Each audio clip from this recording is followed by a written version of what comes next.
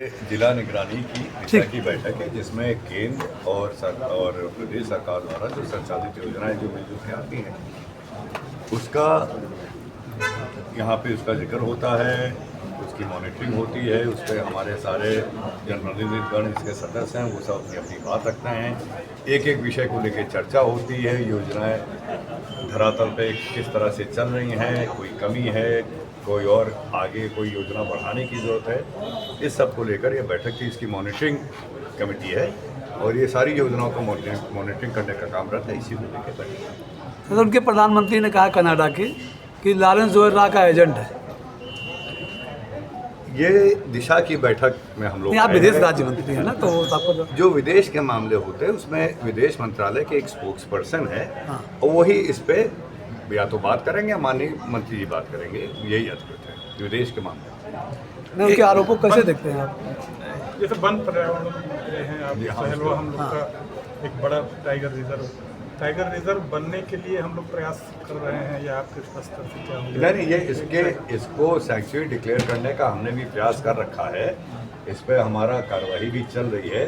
ये NTCA के planning में इसको शायद लिया भी, इसका जिक्र भी हो गया है और इसको बहुत तेज़ी से हम बढ़ाने की कोशिश करेंगे। देखिए, सुहेलवा रेंज की जहाँ तक बात है, इसकी खासियत ये है कि वहाँ पे जो हमारा पूरा जंगल बेल्ट है, फॉरेस्ट बेल्ट है, जो आपके पश्चिमी से पूर्वी तक आसाम तक कनेक्ट होता है।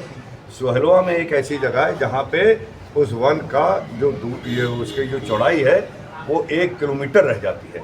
ये बहुत पतला सा एरिया रह जाता है और हम लोगों के यहाँ जो ये जानवरों का इधर से उधर जो जाना ज़रूरी है, जिसके वजह से हम लोगों की जेनेटिक कोई कमी ना आने पाए, तो उसके लिए वो जो कॉरिडोर है बहुत ही ज़रूरी है।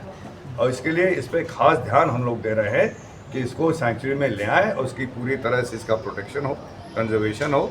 और ये हमारे रॉयल बंगाल टाइगर का नेचुरल हैबिटेट। हाँ, ये कॉरिडोर, ये देखिए ये नेचुरल कॉरिडोर है जिसका संरक्षण बहुत ज़रूरी है और इसको हमने अपने मंत्रालय में इसको रख दिया है। इस पे कार्रवाई भी हो रही है और इसको हम लोग बहुत जल्दी इसका पूरी तरह से इसका कंजर्वेशन, इसका संरक्षण करने का पूरा इंतजाम बहुत। रिसोर्सेज की बहुत कमी है यहाँ पे, जंगल को संरक्षण करने जो रिसोर्सेज होने नहीं, देखिए ऐसी बात नहीं है। वो जो हम लोग प्रायोरिटी पे एरियाज ले रहे हैं और प्रायोरिटी वाइज काम भी हो रहा है। माननीय मंत्री जी, एक बहुत गंभीर समस्या है, खास करके बलरामपुर, आपका सिद्धार्थनगर, बाढ़ की बड़ी ज़बरदस्त समस्या है ये। और इसकी समस्या का हल दोनों दोस्त जो है नेपाल और इंडिया के जो है ज़रिए से ही होना है। कोई ऐसी पॉलिसी या कुछ आपके दिमाग में इस तरीके से? देखिए, इस पे बाढ़ क्यों आती है? बाढ़ कोई पॉलिसी की वजह से नहीं आती है।